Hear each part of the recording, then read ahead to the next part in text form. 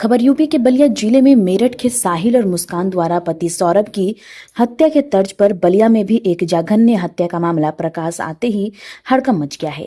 बताया जा रहा है कि सिकंदरपुर थाना क्षेत्र के खरीद दियारे में 2 दिन पहले मानव अंग हाथ पैर कटे हुए खेत में मिले थे, जिसको पुलिस ने कब्जे में लेकर जांच पड़ताल में जुट गई है।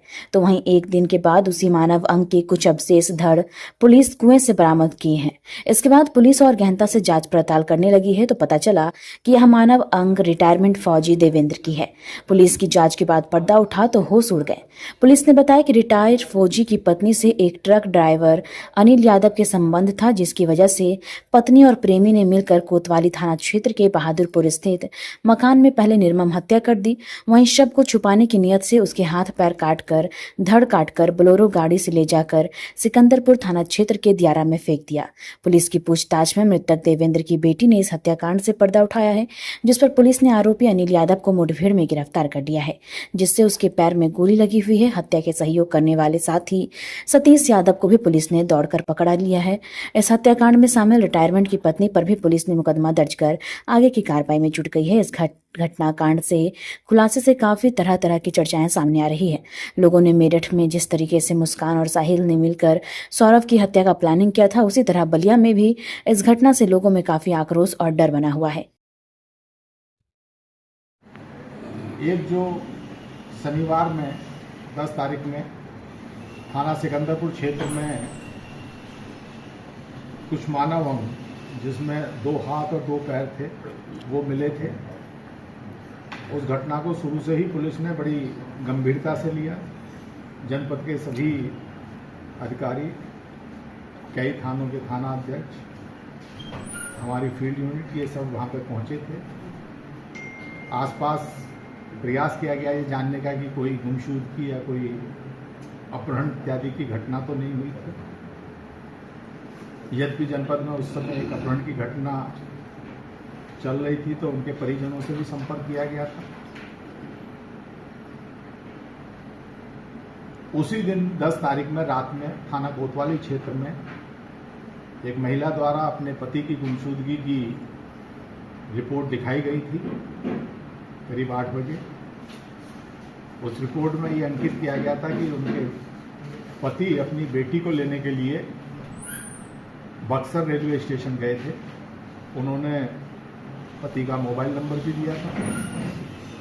जब ये प्रार्थना पत्र थाना कोतवाली को प्राप्त हुआ तो इंस्पेक्टर कोतवाली और जो हमारी सर्वेलेंस टीम है उन लोगों ने तहकीकात शुरू की तो ये पाया कि जिस नंबर के बारे में बताया गया कि वो बक्सर गया और वो नहीं मिल रहे, वो नंबर हिला ही नहीं, वो उन्हीं के घर पे रहा। इससे थोड़ा सा संदेह पैदा हुआ। फिर हमारी टीम ने जब गहनता से इसमें पूछताछ की तो ये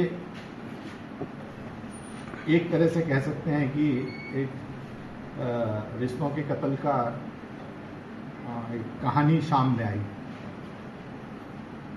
जो महिला थी उनके कुछ लोगों से प्रेम प्रसंग था और उन्हीं अपने सहयोगियों के साथ मिलकर उनके द्वारा इस घटना को कारित किया गया। इसमें महिला सहित 4 लोगों को गिरफ्तार किया गया। इस अपराध में प्रयुक्त बोलेरो गाड़ी, इस घटना को कारित करने के लिए आला कत्ल की भी बरामदगी की गई है। और ये अपराधी इतने दुस्साहसिक भी थे, जब कल रात में हमारी चेकिंग चल रही थी तो एक टिप ऑफ मिला कि इनमें से 2 अपराधी बिहार भागने की तलाश में थे अपना कोई सेफ स्थान पर जाने के लिए। जब इनकी घेराबंदी की गई तो इनके द्वारा पुलिस पे भी फायरिंग की गई। पुलिस द्वारा आत्मरक्षा में फायरिंग की गई तो एक अपराधी के उसमें घायल हुआ, गोली लगी। पूछताछ पे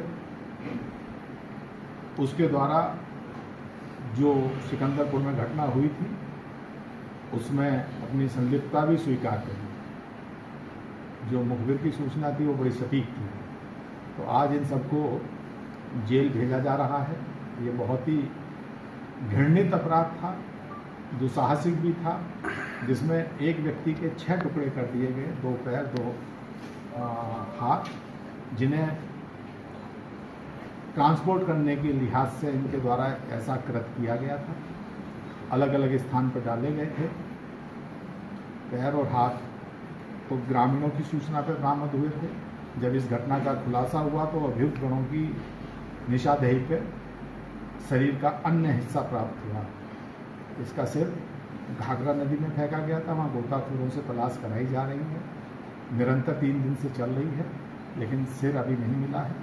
बाकी सारी चीज़ें इसमें जो भी वैधिक साक्ष्य हैं, क्योंकि इन सब की फॉरेंसिक टीम ने बड़ा मेहनत करके हर जगह का साइंटिफिक तरीके से एविडेंस कलेक्ट की गई है, और जैसे जैसे चीज़ें बताई गई थी उसके अनुरूप सभी साक्ष्यों का संकलन करते हुए इन्हें जेल किया गया। सर वो सर, ये आर्मी में काम करते थे क्या करते थे सर वो जिनकी हत्या हुई थी सर? जिनकी हत्या हुई है वो BRO से रिटायर्ड थे। 2023 में संभवतः वो रिटायर हुए थे और अपने परिवार के साथ रहते थे। इनकी 2 बेटियां थी। एक बेटी इनकी गाजियाबाद में संभवतः किसी प्राइवेट सेक्टर में नौकरी करती है, एक बेटी यहाँ रहती है।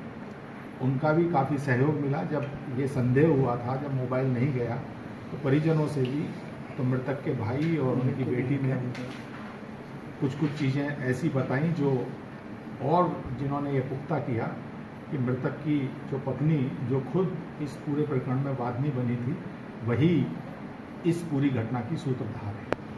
क्यों हत्या